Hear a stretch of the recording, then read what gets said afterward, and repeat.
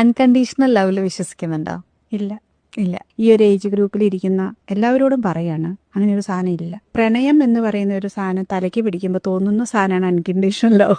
ഇപ്പം നിങ്ങളൊരു 1,00,000 പേരെ എടുത്താൽ 2 പേർക്കായിരിക്കും അത് പറ്റും.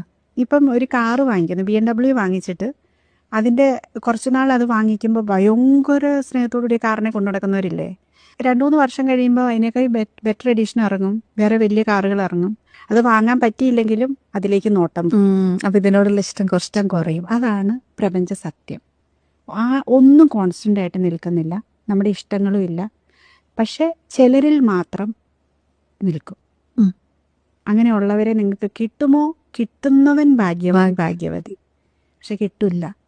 അത് കിട്ടിയ ആരെങ്കിലും ഉണ്ടെങ്കിൽ അത് തിരിച്ചറിയുകയില്ല. അതാണ് ശരിക്കുള്ള സത്യം.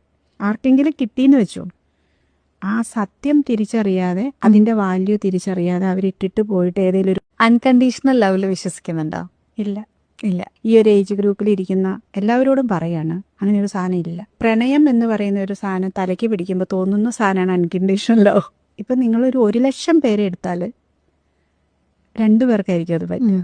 ഇപ്പം ഒരു കാറ് വാങ്ങിക്കുന്നു, BMW വാങ്ങിച്ചിട്ട് അതിൻ്റെ കുറച്ച് നാൾ അത് വാങ്ങിക്കുമ്പോൾ ഭയങ്കര സ്നേഹത്തോടുകൂടി കാറിനെ കൊണ്ടു നടക്കുന്നവരില്ലേ, 2-3 വർഷം കഴിയുമ്പോൾ അതിനേക്കാൾ